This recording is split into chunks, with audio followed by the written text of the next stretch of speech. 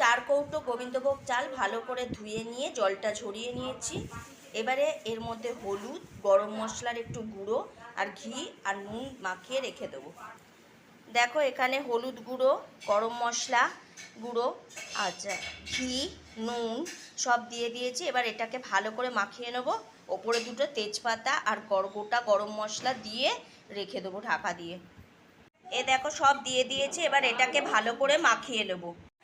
এ দেখো কি সুন্দর পোলাওয়ের কালারটা পুরো চলে এসছে। এইভাবে আমি আধা ঘন্টা এটা ভিজিয়ে রেখে দেবো। এ দেখো আদা কুচি করে রেখেছি, মানে ঘষে নিয়েছি কাটারে, আর কাজু কিশমিশগুলো ধুয়ে রেখেছি। এবার আমি কি করছি দেখবে চলো। ডেকচি বসিয়ে দিয়েছি, ডেকচিটা আমার গরম হয়ে গেছে। এবার আমি একটু সামান্য তেল আর ঘি মেশাবো। এ দেখো ঘি আর সাদা তেল দিয়ে দিয়েছি, এটা চারিদিকে ছড়িয়ে নিয়েছি। এবার একে একে আদা থেতো করে রাখা আদাটা দেবো, তারপর কাজু কিশমিশ দেবো, তারপর পোলাও দেবো। এ দেখো আদাটা ভাজা ভাজা হয়ে গেছে, একটা সুন্দর গন্ধ বেরোচ্ছে। এরপর আমি যেটা দিয়ে দেবো কাজু কিশমিশ। দেখো কাজু কিশমিশগুলো ভাজা ভাজা হয়ে গেছে।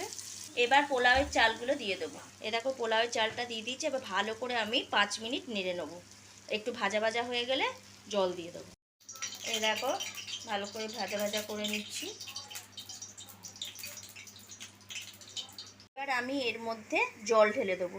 আমি 4 কাপ মতো চাল নিয়েছি, আমাকে 8 কাপ জল এর মধ্যে ঢালতে হবে।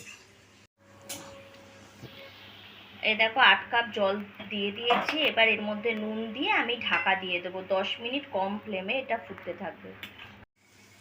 এই দেখো আমার পোলাও পুরো রেডি হয়ে গেছে। এবার নামাবো।